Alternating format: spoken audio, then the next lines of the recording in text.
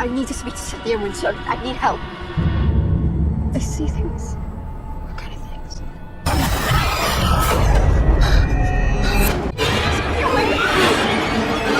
Where is she? Where's my daughter? The story starts and we see Riley's father barged in and in a panic took her away. The woman's name was Cynthia, an experienced psychiatrist. She claimed that she could dive into the subconscious minds of her patients to understand and treat the deep-seated fears and mental illnesses hidden within.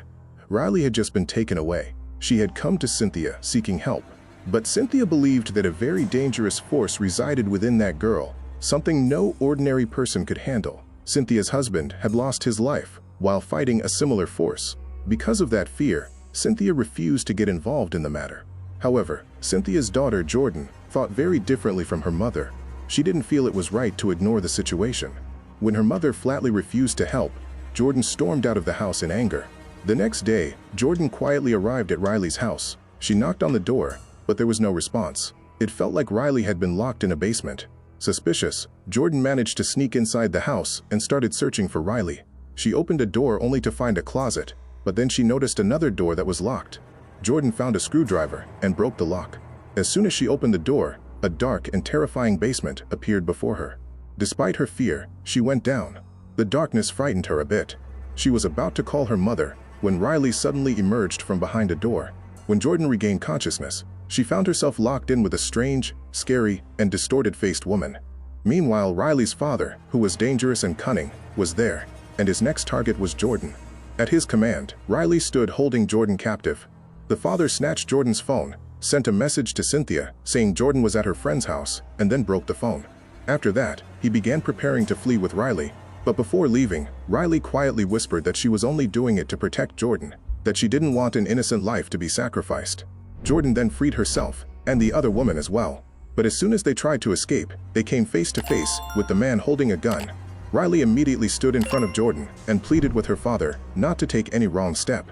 But just then, the captive woman suddenly went wild and lunged at the man. In the struggle, the gun accidentally went off. Riley couldn't hold on any longer. She collapsed to the ground. Suddenly, Jordan started hearing terrifying noises in her ears. The next moment, a frightening dark shadow was standing in front of her. In reality, after Riley's death, the evil spirit that had been hiding in her body was now looking for a new host, and Jordan was the perfect medium. Panicked, Jordan somehow ran out of the house. Just then, she saw her mother, Cynthia, arriving. Jordan ran to her, held her tightly, and broke down crying. Meanwhile, the man escaped in his car. The next day, the police recovered partially burned human remains from the basement of his house. It became clear that Jordan wasn't his only victim. The police were still actively searching for that man. Meanwhile, the police also tried to gather full details from Jordan, but as soon as she returned home, she pleaded with her mother for help again. Cynthia was still afraid. Her husband's death still haunted her, but this time, it was about her daughter. Even if it cost her life, she was ready to do anything. She called her old friend Agatha, who was an expert in spiritual matters.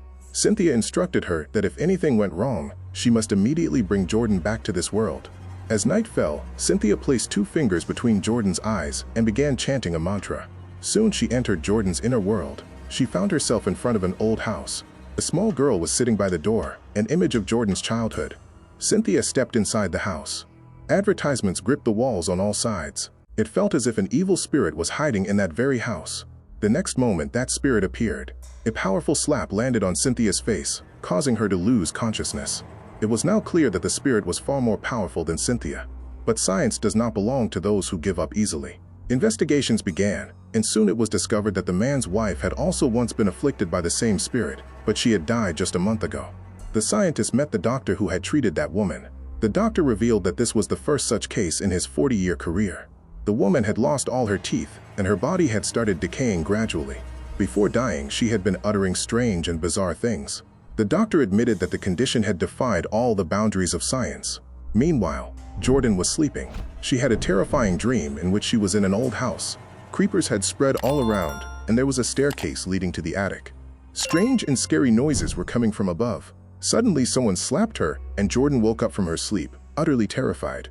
But just then, the door to her room slowly began to open on its own. Instead of panicking, Jordan slowly moved forward to see what was happening.